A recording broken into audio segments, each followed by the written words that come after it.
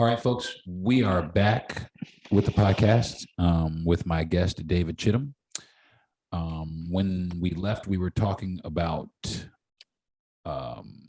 age, the age of the people who were recently in these mass shootings recently in the country.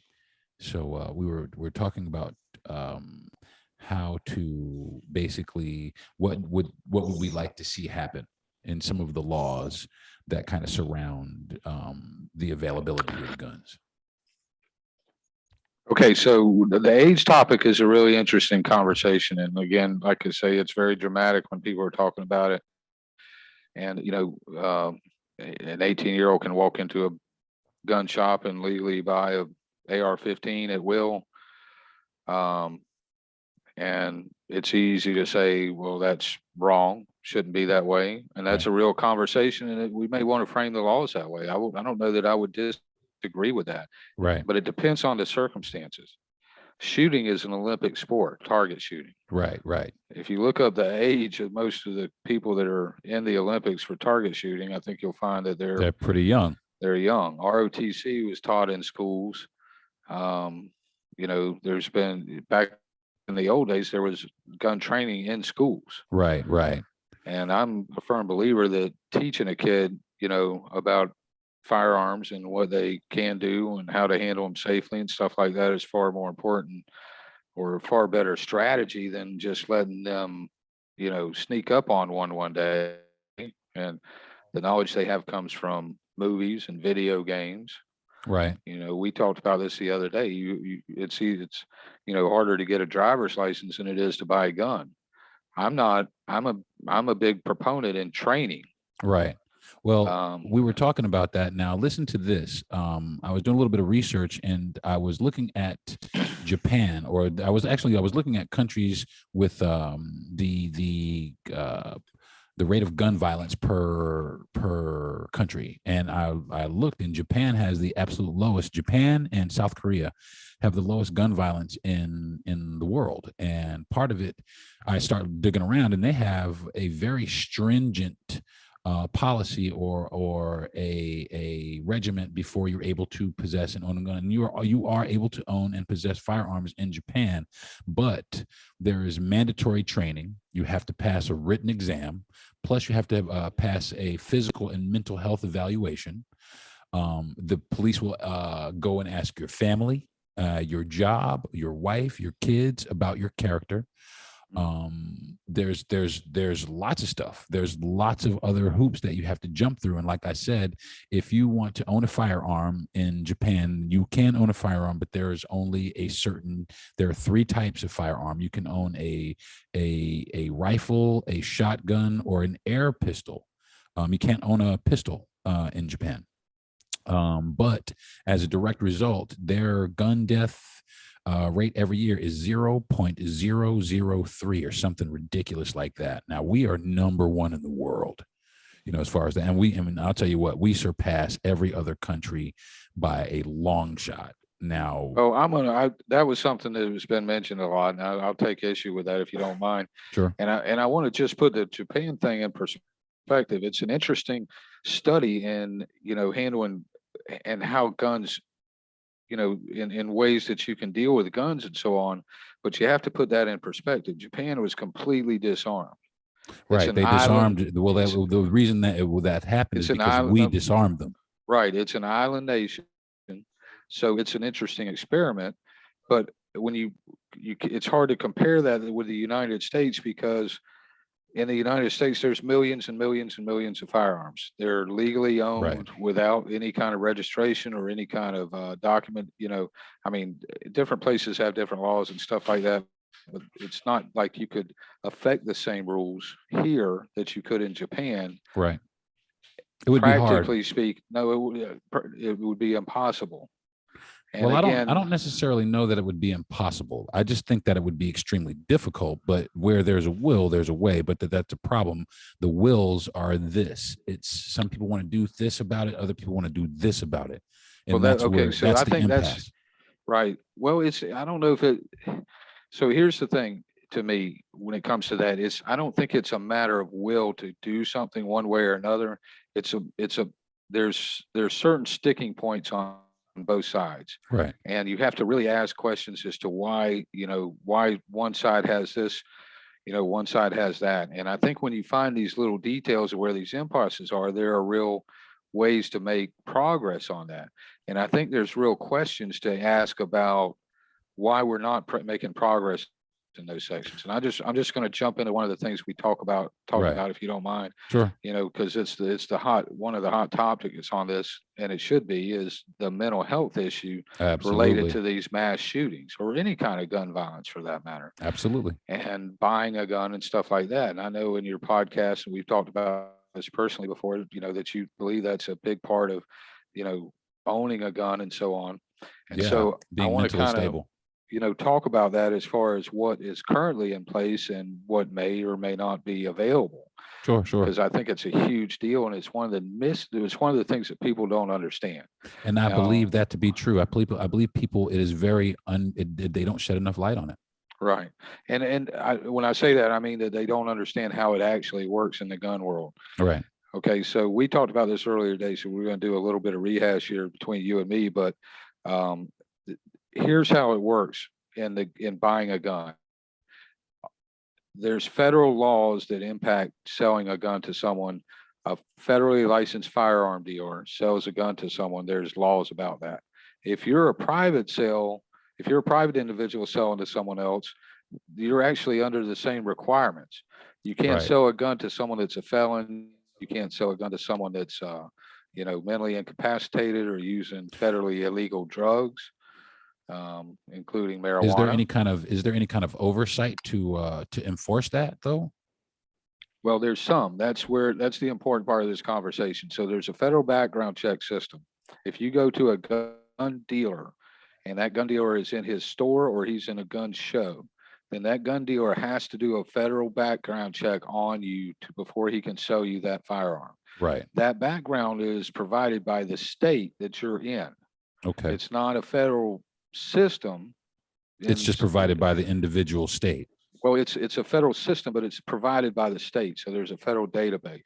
Okay. If that makes sense, which, throws a lot of things crazy because every state has their own little system to deal with it. Right. But anyone that has to, all these statements about you can go buy a gun, you can go to a gun store here, there, anywhere without a license or without any kind of background check. That's nonsense. You can buy, they talked about the internet sales were a big thing for a long time. I did a ton of internet sales. Right. If you can buy a gun from me on the internet, I ship it to a dealer near you, and you go to that dealer and you fill out the paperwork and do the federal background check, and they transfer that weapon to you. If you don't pass the background check, they ship it back to me.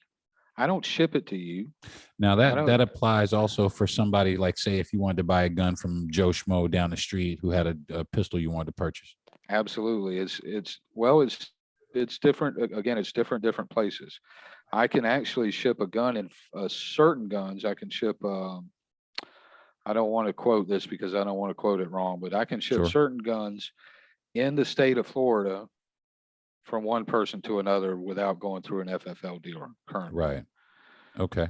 But if I go out of the state, it's definitely part of the federal system. And, that's kind of one of those weird little loopholes, but that's part of the problem is it's different in every state. Right. But the federal system is not different. Most of gun buying has to do with the federal system, whether it's personal sales or whether it's sales through a dealer. So you can't go to a dealer anywhere in the country and buy a gun without ID and without doing a federal background check. So I was going to ask you, what do you think? What does it look like to you? What does gun reform or whatever you want to call it? What does that look like to you? What would you, in order to help, like I said, curtail? Because the other part of this is not only talking about the guns, but the violence that has been in the media recently behind them. Because mass shootings, like it or not, it's like the thing to do in the United States now. And that's, people are looking at us like it's crazy over here, so, Yeah. And I think that, again, I don't want to get into that. we got to be careful about getting into the emotional propaganda side, this, that, and the other. In Saudi Arabia, they No, no, set no, no, no, no, not really. in I mean, Saudi for real. Arabia It's they hold on, set hold on, hold on, schools hold on. on fire This for right here, right here. It's not. This ain't the news. This is how you feel and how I feel. So, like I right, said, right. what does it look like to you? I mean, Okay, what would you like to see happen? so I think one of the big things, and we both agree on this, is one of the big issues in this is mental health. Right. I think you'll find through research, and again, this isn't the show where I'm going to quote a bunch of stuff, Sure. but I think you'll find that most of the people that were involved in these situations had documented mental health problems and were on Right. pharmaceuticals and things. If not all of them, most of them were on pharmaceuticals and psychotropic drugs and stuff that Now, were how are likely they able to? prescribed to them. How are they able to? If they went through said background check, how are they able to obtain firearms? If Well, that comes to the crux of the problem. right. The federal system gets certain reporting.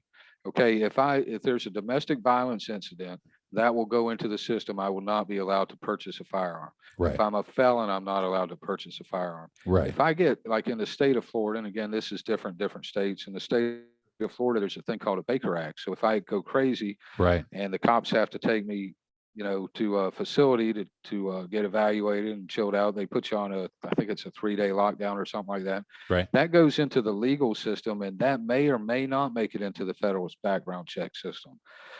But if I'm a minor, nothing goes in. If I'm talking to my psychiatrist, nothing goes in. If the school, if I make a threat at the school, nothing goes into that system. None of that stuff goes into the system.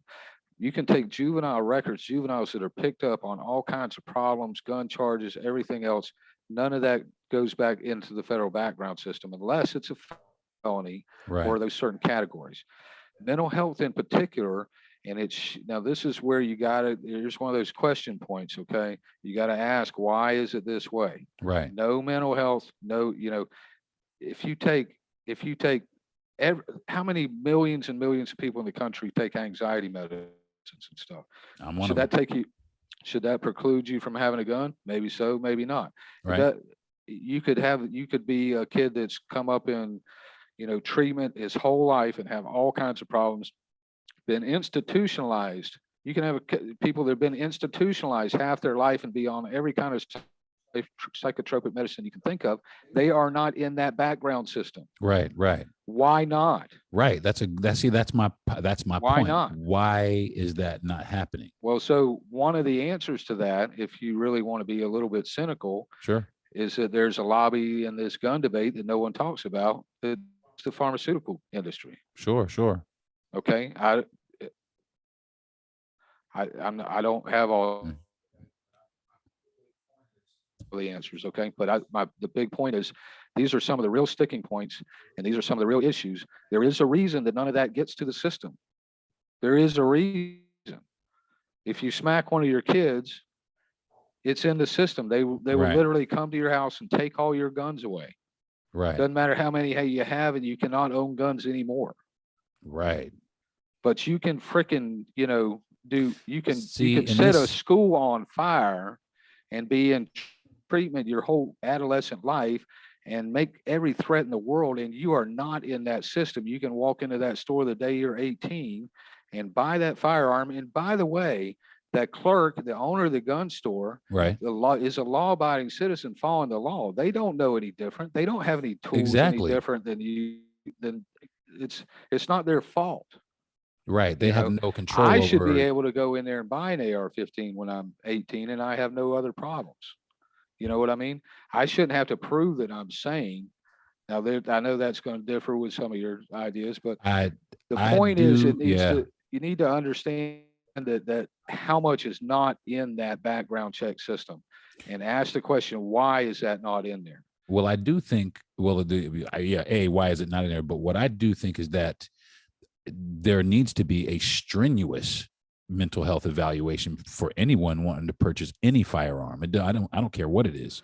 Well, we've talked about this, and I heard this on the other one, and I'm not. I know we can differ on things, but my response to that is going to be it's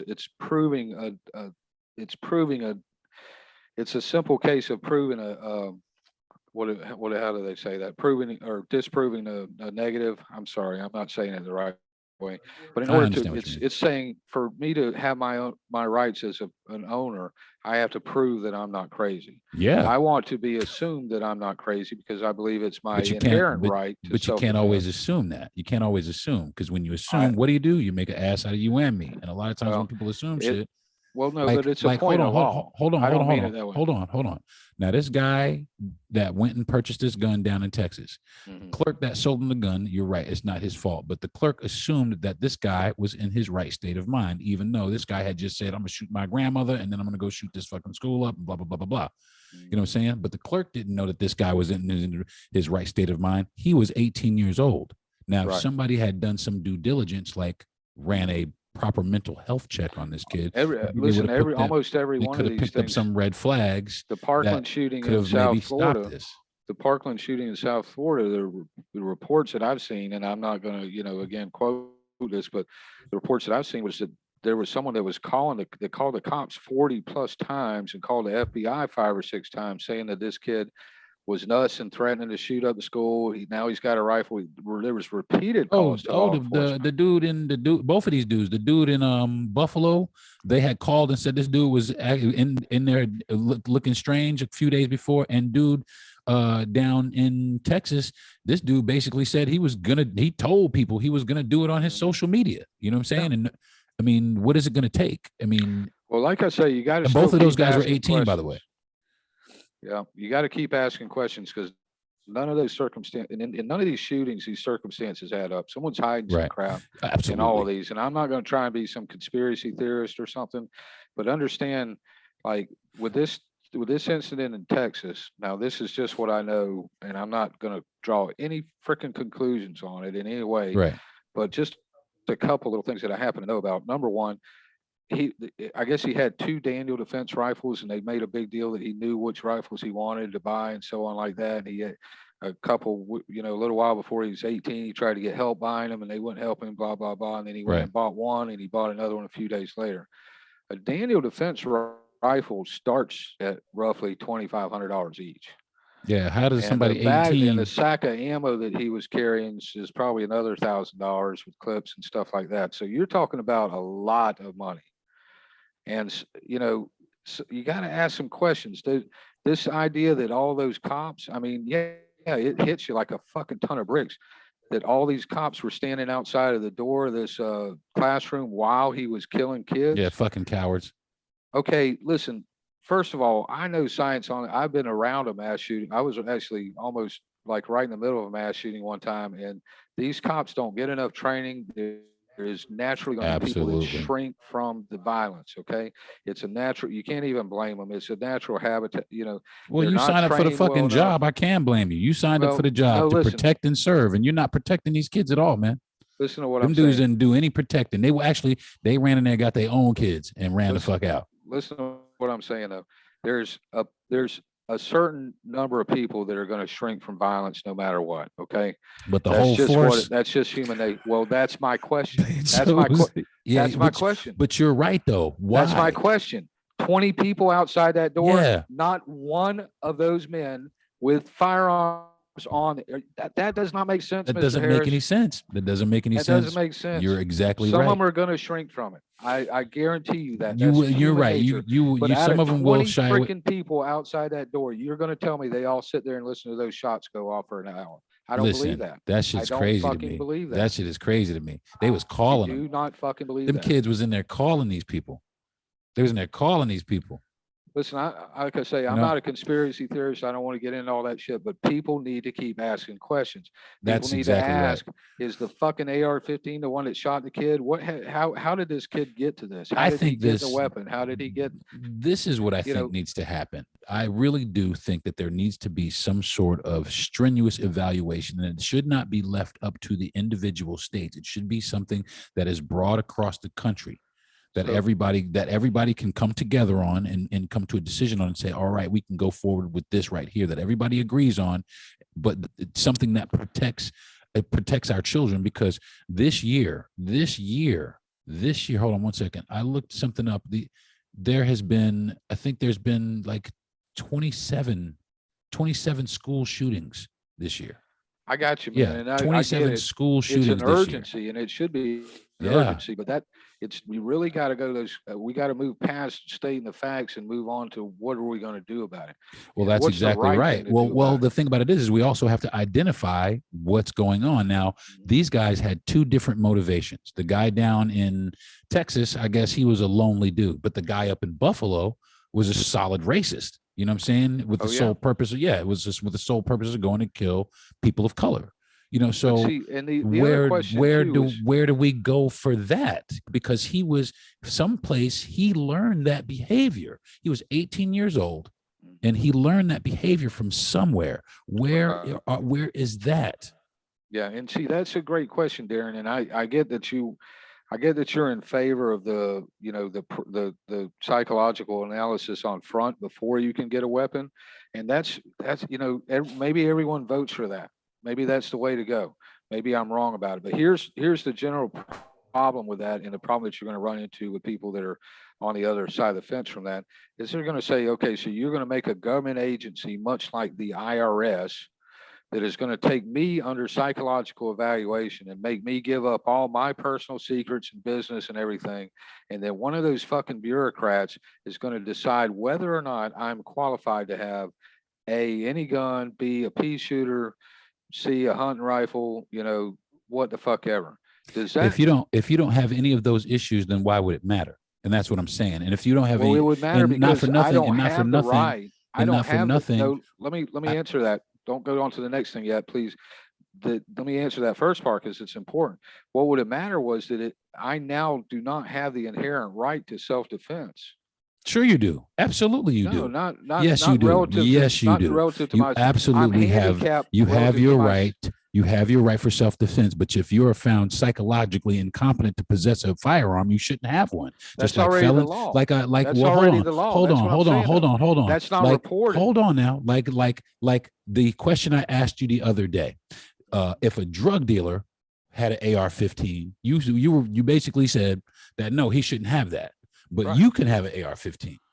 Right? But why? I mean, Absolutely. this guy, I mean, if he doesn't have any, you know what I'm saying? He just sells drugs. Well, Maybe he's, but if listen, if he's a drug dealer that doesn't have, you got to make well, that's the problem, Darren. But we were talking about realistic laws and how to approach them. If he's a drug dealer that's never been convicted or never, can pass the background check, then yeah, I get it. If to take it away from him is to take it away from me. Now, see these guys, okay, the guys that shot these things, now the guys that shot these places up, right? Right. Do you think they should have had those AR-15s? I wish they hadn't. No. The question was, do you think they should have had those AR-15s? I don't know the situation well enough. Question. I feel like they had obvious. No, listen. See, no. Like you told me before. Now we're gonna go not until you answer the question. You can't shout me down, bro. You can't shout me down. I'm trying to answer the question. Okay. I'm trying to answer. That's a yes or no question, but okay. No, I'm trying to answer the question. That's a yes or no question. It goes back to exactly what we talked about before.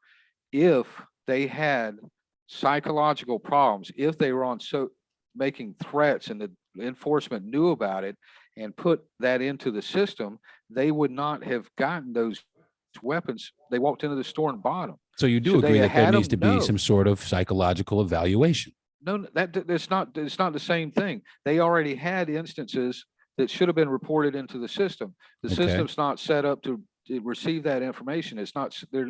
That information never goes into this. There's a system there that does not report mental health issues.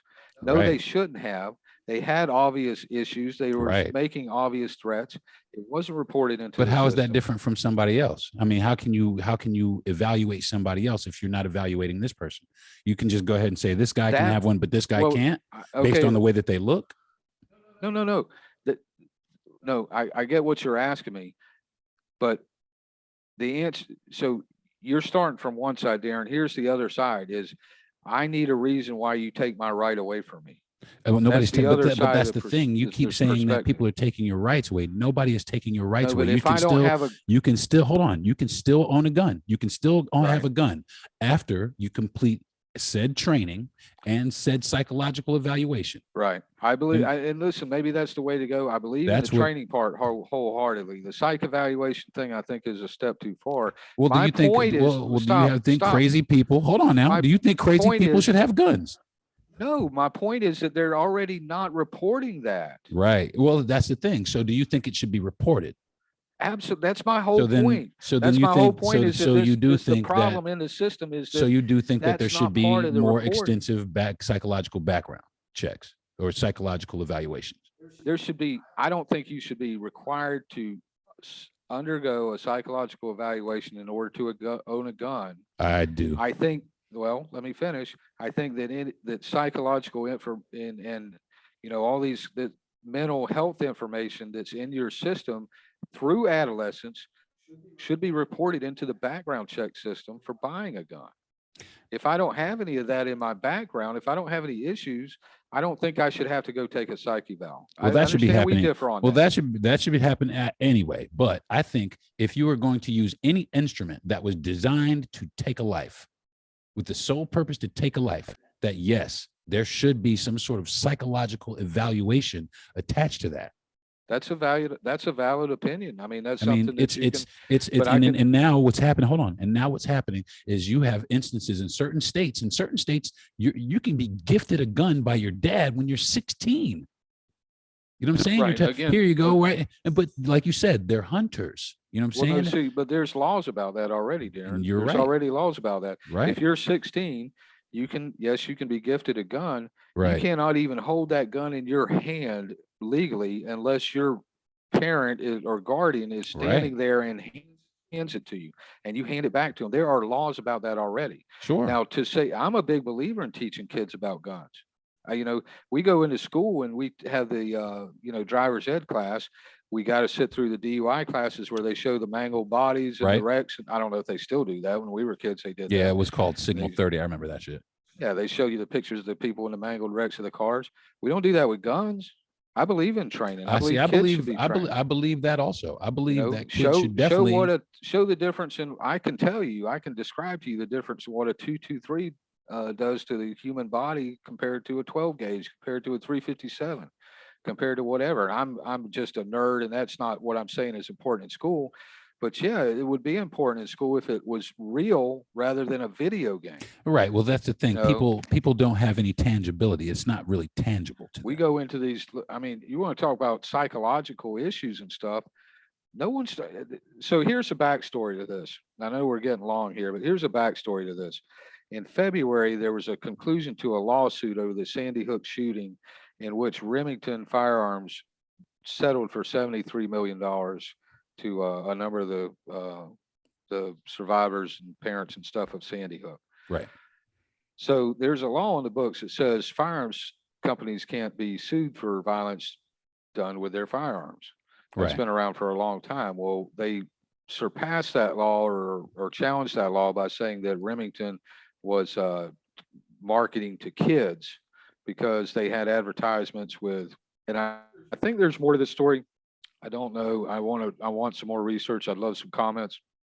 But they won this lawsuit based on the idea that they said that Remington used illegal marketing practices by marketing these weapons to kids. Right. And because of that, this shooter, wanted to go shoot up the school.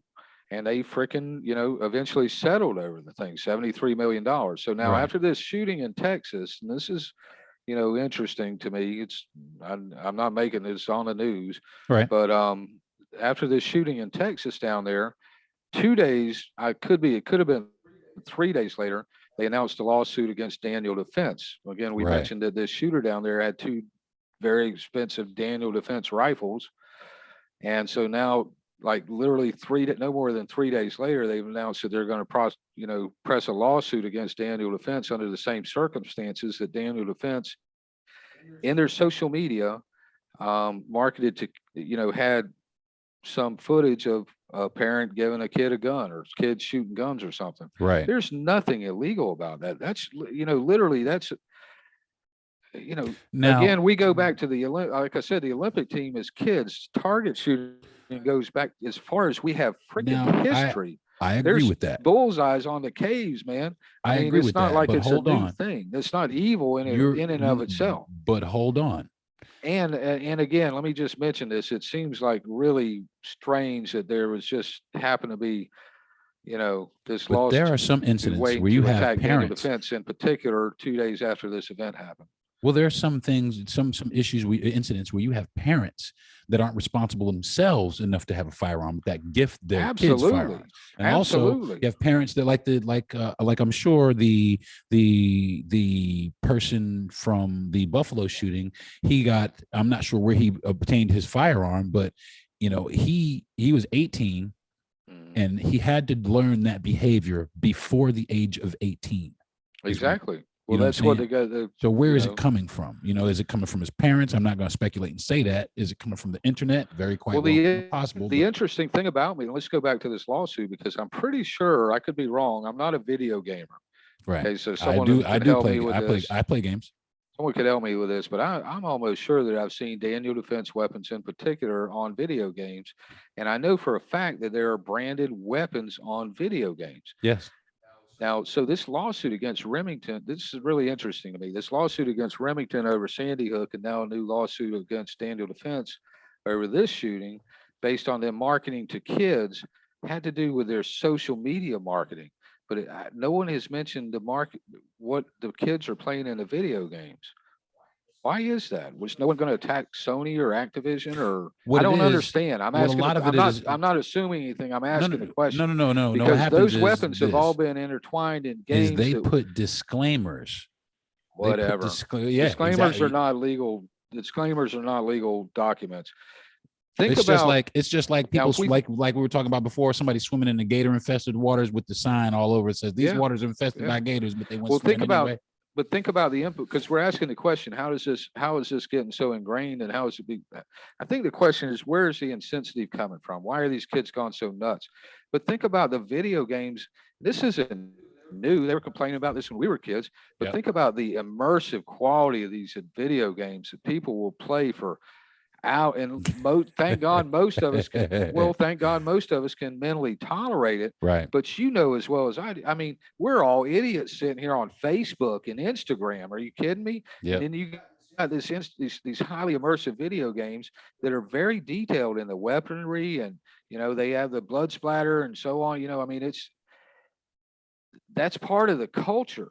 Right. That's part of the culture. Been But indoctrinated. the question, I want someone to answer the question, why are they suing Daniel Defense, which is a relatively small company, well, you'd be pissed off to know that Glock is getting sued here. I saw about a week ago. Somebody's trying to sue Glock premise. Also. It's now lawsuit. I do agree with the gun didn't do anything because, like you said, it's the person, and that's why I believe that there needs to be more, up here. You know what I'm saying? I think we're on the same page. It's a psych issue. Right. And like I say, I think the first and whether or not you have a psych value before you get a gun is a big question. And I'll be honest with you, technically you're never going to fucking get there. But I will say that my big problem is that there's a system in place. There is a background check system federally, and it does not. There's another side to this we have to go to after the next break. But we've talked about the legal system of buying through a firearms dealer, right? We haven't talked about the gun show loophole, personal sales. Right. Right. But this, we can talk about that later. But the big thing is to understand, in my mind, on a mental health scale, first, what can we do now? What can we address? What's the important question is why is it that someone can be fucking institutionalized half of their adolescence, their whole life or whatever, be on all kinds of psychotropic medication and stuff like that. And that is not part of the the federal firearms background check system. You want to ask why this kid can walk in there and buy a gun? That's the answer. Right. Why? I got 5 minutes left. So I'm going to ask you one more question and then we're going to wrap it up. And it's the same question that I asked you before, which I think that, you got some pretty good insights. And the question was, what would you like to see happen? What would Dave Chittum, if Dave Chittum could make the law, what would you like to see happen? My two main points are to get into, and it's a major thing because what we're talking about is HIPAA laws and the Farmers pharmaceutical companies. Sure. And we need to make a decision. If you're on Xanax, does that disqualify you from having a gun? These are all legitimate decisions. There's nothing wrong with regulating firearms, but we have to make these decisions, and we have to make them in the presence of the almighty pharmaceutical companies. And we have to say, yes, we have HIPAA laws that, preclude you from reporting medical information on people. That's what this is. A lot of this is about. Well, that's a lot of the reason that people don't have so the. My number one thing is we really need to look at, if you have, there's law enforcement action that doesn't get reported into that system. Right. You can be an adolescent, you can fucking pull a gun and wave it around town and everything like a million times. You're not reported into that system. Right. There's all kind of holes in the medical field. There's like no responsibility at all for psychology. You can walk into your psychologist office and say, listen, I got my gun. Isn't it pretty? Look at it. It's shiny. I'm walking down to the elementary school and I'm going to blow everyone up. Now, technically, they're required to report that to law enforcement. But in fact, it happens in sessions and conversations and shit over and over and over. Right. And it's never goes to even if it goes to law enforcement, it doesn't necessarily end up in the background system. So that's something that needs to be addressed. And I want to detour real super quickly on this, because there is an answer to this. You asked me, well, what do you do? Well, so one of the answers is what they call red flag laws. And this is a new thing that's come up, and you really got to, again, you got to really ask yourself about this, okay? Everyone's going to have a different opinion, but you got to ask yourself about this. Red flag law means that I can say, listen, my buddy Deron over there in the next apartment, his fucking dog barks a lot and he's really angry and he keeps complaining about dog poop. And I know he's got a gun over there. I know he's got an AR-15 and I think he looks a little crazy in the eyes. So I'm going to report him. Now listen, I'm okay, chuckle. That's a red flag law. That's what it takes for the cops to come to your house and seize your firearms and put you under whatever supervision they feel is necessary. Now, key word, seize your firearms. All right, we got 2 minutes. 2 minutes. Let's bring it to a close. Let's summarize what's going on here in the next 30 seconds. Okay. So anyway, that's one of the things the one thing that I think is really addressing mental health issues in the background check system in a real way. That can also be done in private sales. In private sales, this whole gun show loophole thing is nonsense. In private sales, we're responsible for the same conditions as a dealer is to selling to someone, but we don't have access to the background check system. Why can't anyone have access to the background check system of selling firearm to another person?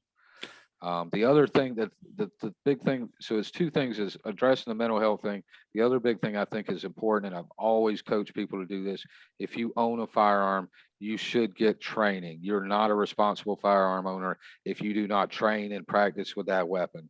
I don't have a problem with that being mandated. I don't think most responsible firearm owners would have a problem with that being mandated. It should be necessary for anyone. And I don't have a problem with that. Now, that again, that covers a lot of different application, and there's a lot of different conditions to that. But training is, you shouldn't own a firearm it's just like driving a car. You freaking take driver's ed. You have to take a test to drive a car. Those are valid concerns. Those are real issues. Well, thank you very much, my man, for joining me on my podcast. You were outstanding. I really appreciate it. We got to sit down and chop having me, sir. Yeah, man, we got to sit down and chop it up again. Because I feel that this is an issue that will continue to be in the news. So as long as it is, we'll sit down and chop it up, man, and try to figure out how to get people to meet in the middle. So I want to finish this with one thing. These things can be fixed. There are compromise points. All this nonsense in the media is bullshit. Pit one